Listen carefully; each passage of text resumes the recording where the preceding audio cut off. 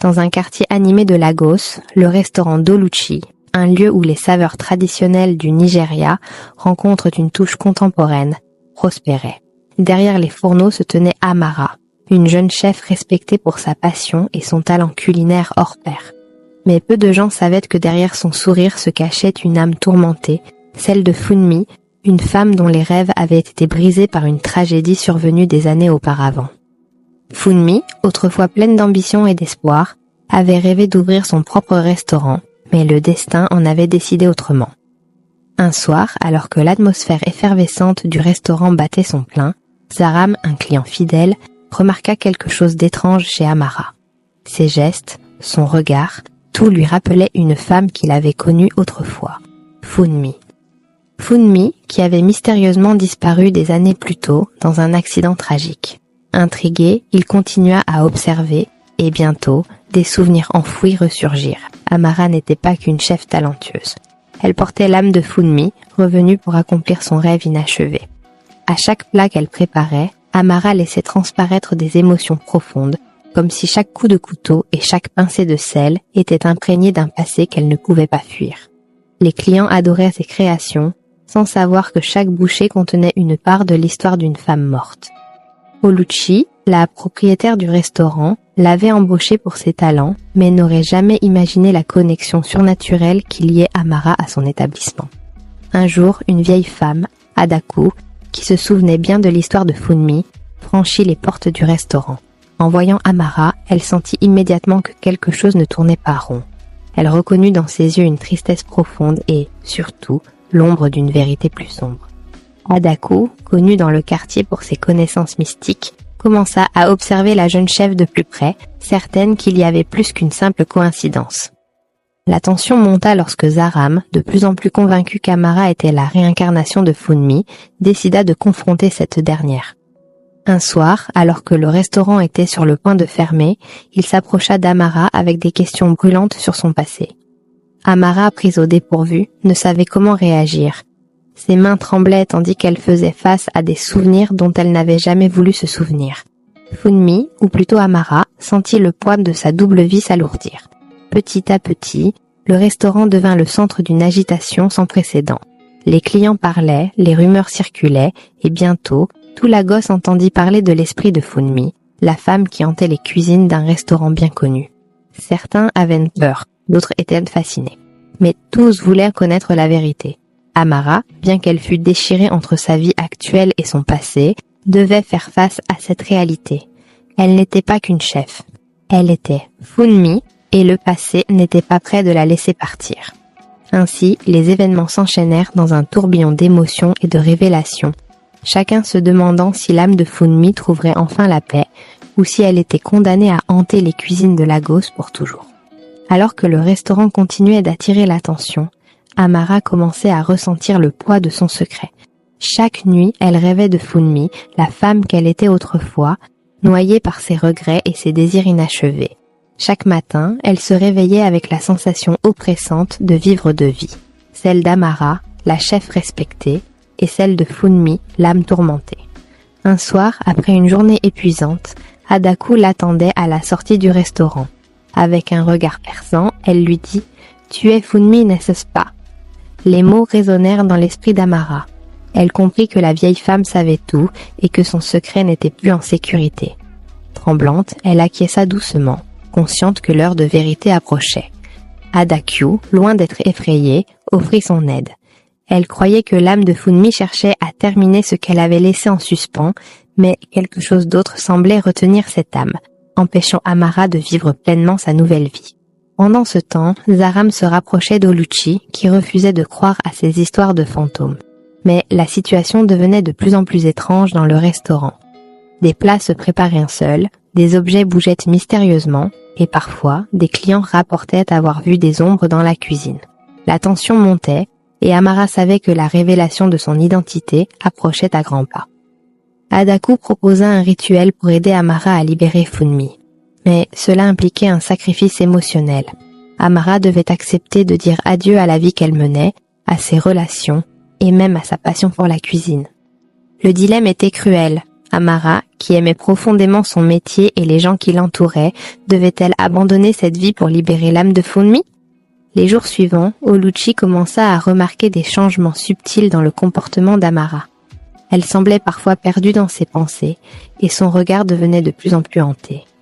Oluchi, bien qu'incrédule face aux rumeurs, ressentait quelque chose d'inhabituel chez sa chef de cuisine. Elle décida alors de discuter avec Zaram pour éclaircir la situation. Ensemble, ils commencèrent à assembler les pièces du puzzle. Zaram raconta à Oluchi l'histoire tragique de Funmi, une jeune femme ambitieuse qui avait voulu ouvrir son propre restaurant. Il se souvenait de cette nuit fatidique où elle avait disparu, engloutie par les eaux de la lagune, emportant avec elle ses rêves et ses espoirs. En entendant cette histoire, Oluchi ne put s'empêcher de sentir un frisson parcourir son échine. Les similitudes avec Amara étaient troublantes. La rumeur de la chef fantôme commença à attirer encore plus de monde au restaurant. Les clients, curieux et fascinés, venèrent de partout pour goûter à la cuisine d'Amara, espérant voir un signe de l'au-delà. Mais Amara, sous la pression croissante, commençait à perdre pied. Chaque jour, elle sentait l'âme de Funmi la tirer un peu plus vers son passé. Ses mains tremblèrent de plus en plus en cuisine, et elle n'arrivait plus à se concentrer sur ses plats. Un soir, alors que le restaurant était plein à craquer, quelque chose d'étrange se produisit. Un vent glacial traversa la salle, éteignant toutes les bougies et plongeant le lieu dans l'obscurité. Les clients, d'abord amusés par l'incident, commencèrent à paniquer lorsque des assiettes se mirent à voler et que des voix murmurèrent dans l'air. Amara, effrayée, se précipita en cuisine, mais elle y trouva Adaku, prête à effectuer le rituel. Adaku lui tendit une corde enroulée dans des symboles mystiques. « C'est ton choix, Amara. Si tu veux la paix, tu dois affronter ton passé. Mais cela signifie que Funmi doit s'en aller. » Amara, déchirée, regarda la corde puis la vieille femme. L'heure était venue de choisir entre la vie qu'elle aimait et la paix éternelle pour Funmi. Les jours qui suivirent cet événement furent marqués par une atmosphère pesante. Les clients hésitaient à revenir, et le restaurant, autrefois joyeux, semblait hanté par une énergie sombre. Amara, de plus en plus distante, se demandait si elle avait fait le bon choix. Les esprits de Lagos murmurèrent des histoires de son restaurant, et Oluchi, malgré ses efforts pour rassurer ses employés, sentait que quelque chose échappait à son contrôle. Au bout d'un moment, Amara prit une décision. Elle réalisa que pour aller de l'avant, elle devait pleinement accepter son passé, non pas en l'effaçant, mais en le transformant en une force. Elle proposa alors à Adaku de l'aider à organiser une cérémonie publique dans le restaurant.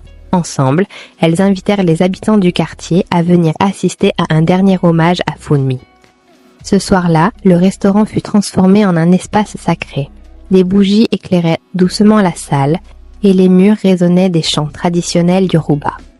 Amara, debout au centre de la pièce, commença à raconter l'histoire de Funmi, de son amour pour la cuisine, de ses rêves brisés et de sa renaissance sous la forme d'Amara. Les larmes coulaient sur les visages des clients et des employés, touchés par la sincérité de son récit. Zaram, présent dans la salle, sentit une paix s'installer en lui. C'était comme si Funmi, à travers Amara, avait enfin trouvé la paix. Oluchi, elle aussi émue, prit la parole pour dire que, quel que soit son passé, Amara était toujours la chef du restaurant, une femme forte et courageuse qui avait transformé sa douleur en art culinaire. Au terme de la cérémonie, Adaku réalisa le rituel final. Un silence lourd régnait lorsque l'âme de Funmi fut officiellement libérée. La pièce s'emplit d'une chaleur douce, presque réconfortante. Tout le monde sentit que l'esprit de Funmi était enfin en paix, et avec elle, Amara aussi. Le restaurant, désormais purifié de son passé, pouvait aller de l'avant. Avec cette conclusion, Amara continua de cuisiner, mais cette fois, sans le poids de son ancienne vie. Le restaurant prospéra plus que jamais, non seulement pour la qualité de sa cuisine, mais aussi pour l'histoire qui se cachait derrière chaque plat. Les clients, tout en savourant leur repas, se souvenèrent de Funmi, la femme dont l'esprit avait transformé la vie de tous ceux qui avaient croisé son chemin. Ainsi, l'histoire de la chef fantôme de Lagos devint une légende d'amour, de rêve et de réincarnation qui, au fil des ans, ne cessa de captiver ceux qui entrèrent dans le restaurant, espérant, peut-être, sentir l'ombre bienveillante de Funmi passer près d'eux, veillant sur les rêves de ceux qui avaient encore tant à accomplir. Après la cérémonie et la libération de l'âme de Funmi, La vie au restaurant reprit, mais avec une nouvelle énergie. Amara, désormais en paix avec son passé, se consacra pleinement à sa passion pour la cuisine. Le restaurant prospéra et les clients revenaient non seulement pour les plats délicieux, mais aussi pour l'histoire émouvante qui résonnait dans chaque coin de la salle. Funmi, bien que disparue, restait présente dans les souvenirs de tous ceux qui avaient connu son histoire. La légende de la chef fantôme de Lagos vivrait éternellement, un hommage à l'amour, aux rêves et aux secondes chances. Et vous, croyez-vous en la réincarnation ? Pensez-vous qu'une âme puisse revenir pour accomplir des rêves inachevés comme celle de Funmi dans cette histoire ? Faites-nous part de vos pensées dans les commentaires. Si cette histoire vous a captivé, n'oubliez pas de vous abonner pour plus de récits envoûtants. Cela nous aide à continuer de partager des contes uniques et mystérieux.